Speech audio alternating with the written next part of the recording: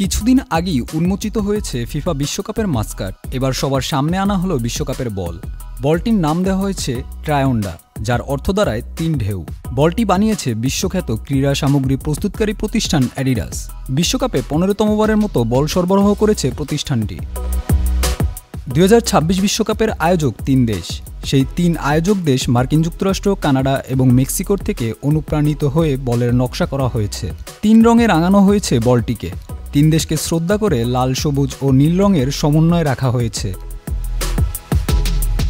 আয়োজক ৩ দেশের জাতীয় প্রতীকেও স্থান পেয়েছে বলটিতে। কানাডার ম্যাপল লিফ, মেক্সিকোর ঈগল এবং মার্কিন যুক্তরাষ্ট্রের জন্য একটি তারা ফুটিয়ে তোলা হয়েছে এর ডিজাইনে।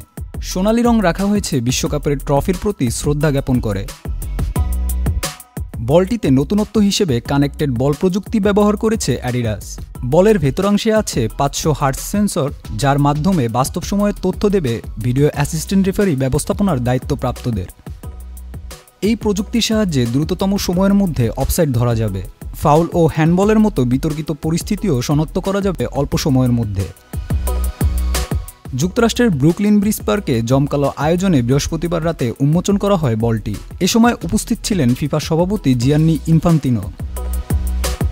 বিশ্বকাপজয়ী কিংবদন্তি Cafu, Jurgen Klinsmann, Alessandro Del Piero, Xavi Hernandez ও জিনেদিন জিদানও অংশ নিয়েছিলেন এ আয়োজনে। বিশেষ মুহূর্তটি রাঙাতে বল হাতে নিয়ে ছবি তুলেছেন সবাই, সঙ্গে ধারণ করেছেন ভিডিও। এলএমই সার্টিফাইড বিশ্বসেরা কপারে তৈরি ওয়ালটন কেবলস, যা আপনার স্থাপনাকে রাখবে সব সময় নিরাপদ।